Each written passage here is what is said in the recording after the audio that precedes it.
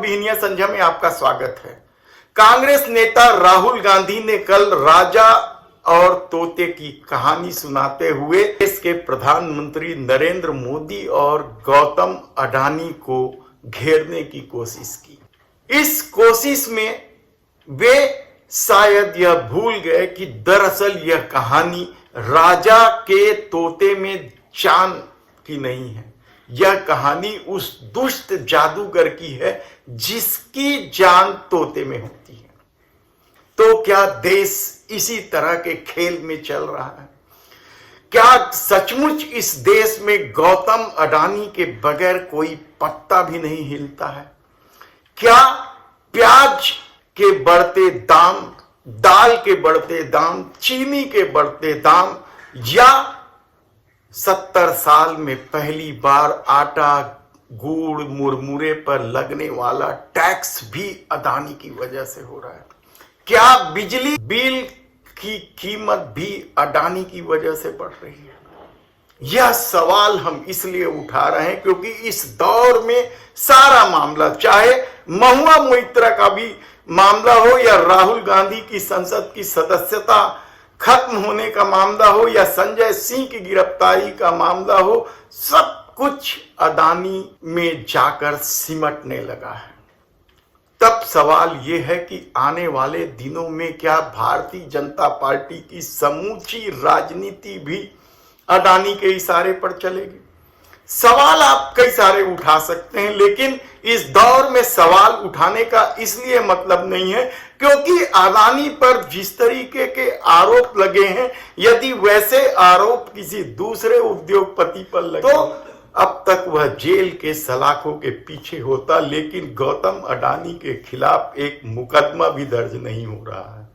न्यायालय की भूमिका को लेकर भी अब सवाल उठने लगे हैं, खासकर गौतम अडानी के मामले में। ऐसे में इलेक्टोरल बॉन्ड को लेकर जो चुनावी चंदा वसूले जाते हैं, उसमें किस तरीके से सरकार ने मनी लॉन्ड्रिंग और काले धन को समाहित कर दिया, वह भी कम चौंकाने वाला नहीं है।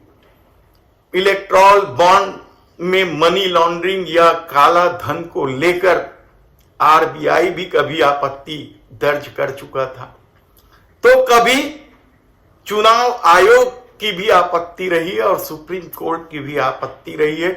लेकिन सारे नियम कायदे बदलकर या अपने अनुकूल कर इलेक्टोरल बॉन्ड ला दिया गया।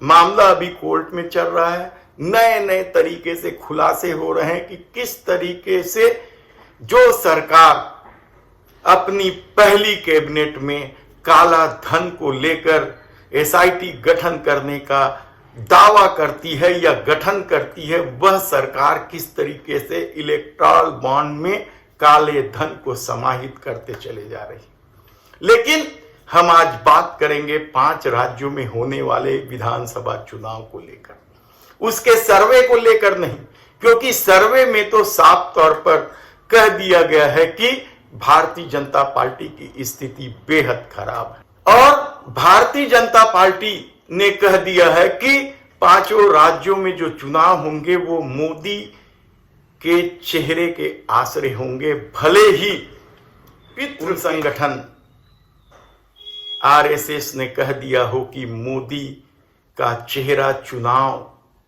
जिताने लायक नहीं है या उनके भरोसे चुनाव नहीं जीता जा सकता। लेकिन क्या इसके पीछे भी अडानी का खेल है?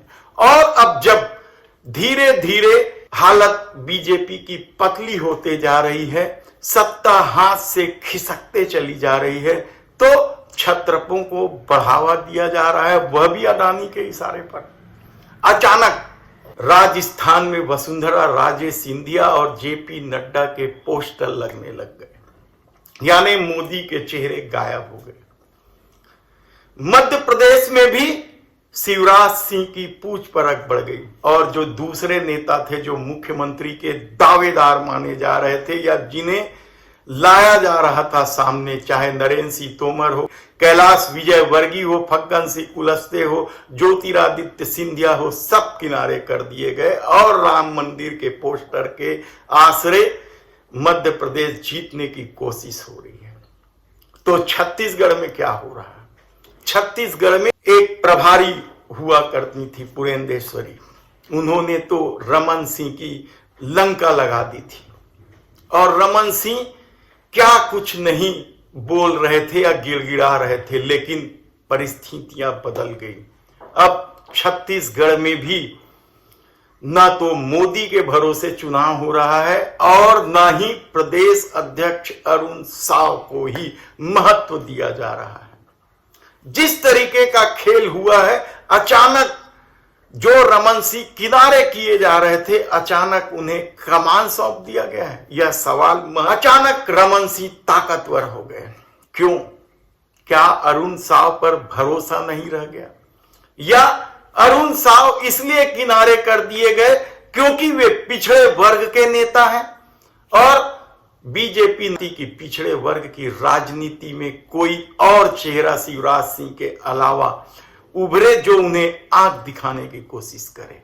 और शायद यही वजह है कि टिकट बंटवारे के पहले चरण में अरुण साव, ओपी चौधरी जैसे लोग अपनी चला रहे थे। दूसरी सूची बनते बनते रमन सिंह अचानक पावरफुल हो गए और रमन सिंह के पावरफुल होने का मतलब है राजेश मूणत का पावरफुल होना। रमन सिंह के पावरफुल होने का मतलब है बृजमोहन अग्रवाल का पावरफुल होना। रमन सिंह के पावरफुल होने का मतलब है अमर अग्रवाल का पावरफुल होना।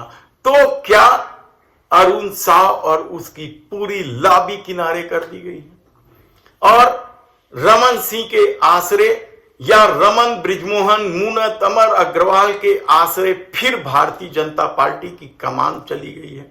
यह महत्वपूर्ण सवाल है क्योंकि यह सब खेल बताया जा रहा है कि अडानी के इशारे पर हुआ है। कहा जा रहा है कि रमन सिंह के सबसे करीबी अफसर और ताकतवर अफसर माने जाने वाले अमन सिंह की अडानी से बनती है या उनकी कंपनी में। उन्हीं अमन सिंह ने सारा कुछ खेल खेला है सौदान सिंह के आश्रय। सौदान सिंह कभी यहां प्रभारी रहे हैं और इस तरीके से रमन सिंह को ताकतवर बना दिया गया। ऐसे में उन साहू समाज के लोगों का क्या जो अरुण साव को मुख्यमंत्री बनते देखने का सपना पाल रखे थे? उस साहू समाज के लोगों का क्या जो साहूवाद को लेकर संघर्ष कर रहे थे? अचानक अरुण साव को किनारे किए जाने को लेकर साहू समाज भौचक्क है और वह हैरान है कि आखिर उस रमन सिंह को कैसे कमान सौंपी जा रही है जो भारतीय जनता पार्टी को 15 से ज्यादा सीट भी नहीं जिता पाए थे। लेकिन परिस्थितियां बन गई। अडानी का अपना खेल है, अडानी की अपनी ताकत है और सब कुछ जब अडानी के इशारे पर होना है तब अरुण साव की क्या बखत है? ऐसे में जब अरुण साव को किनारे कर दिया गया है तब पिछड़ा वर्ग का वोट बैंक क्या भारतीय जनता पार्टी के हाथ से खिसक जाएगा? साहू समाज जिसके 80% वोटर्स माने जाते हैं भारतीय जनता पार्टी के, तो क्या इस वजह से वे फिर एक बार कांग्रेस की ओर मुड़ जाएंगे? ऐसे कई सवाल है और किन किन सीटों पर इसका प्रभाव पड़ेगा हम विस्तार से बताएंगे कि रायपुर दक्षिण में क्या होगा या फिर दुर्ग में क्या होगा, महासमुंद जिलों में क्या होगा, साहू समाज को किस तरीके से किनारे किया गया, यानी अरुण साव को किस तरीके से किनारे करने का खामियाजा भारतीय जनता पार्टी को भुगतना पड़ सकता है। कल ही थीम सॉन्ग्स का लॉन्चिंग किया गया, उसमें भी अरुण साव नदारद थे। यानी आप सोचिए कि किस तरीके से अरुण साव को किनारे कर दिया गया। छत्तीसगढ़ के पहले चरण का चुनाव 7 नवंबर को होना है। 20 सीटों पर चुनाव होना है जिसमें बस्तर की सीटें भी शामिल हैं और बस्तर के बारे में कहा जाता है कि छत्तीसगढ़ की सत्ता उसी रास्ते से होकर जाए। ऐसे में बस्तर की क्या स्थिति है या उन 20 सीटों की क्या स्थिति है, हम आपको शीघ्र ही बताएंगे कि वहां जोगी कांग्रेस किस तरीके से धमाल मचाया हुआ है।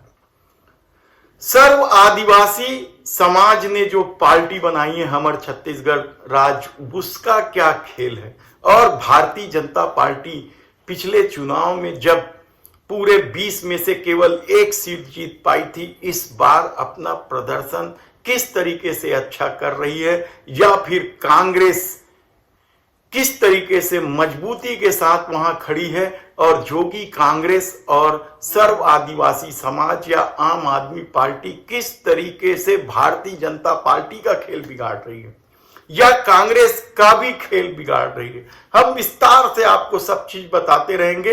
यदि आपने हमारे चैनल को सब्सक्राइब नहीं किया है तो प्लीज सब्सक्राइब कर लीजिए, क्योंकि आपका प्यार ही हमारी ताकत है। धन्यवाद।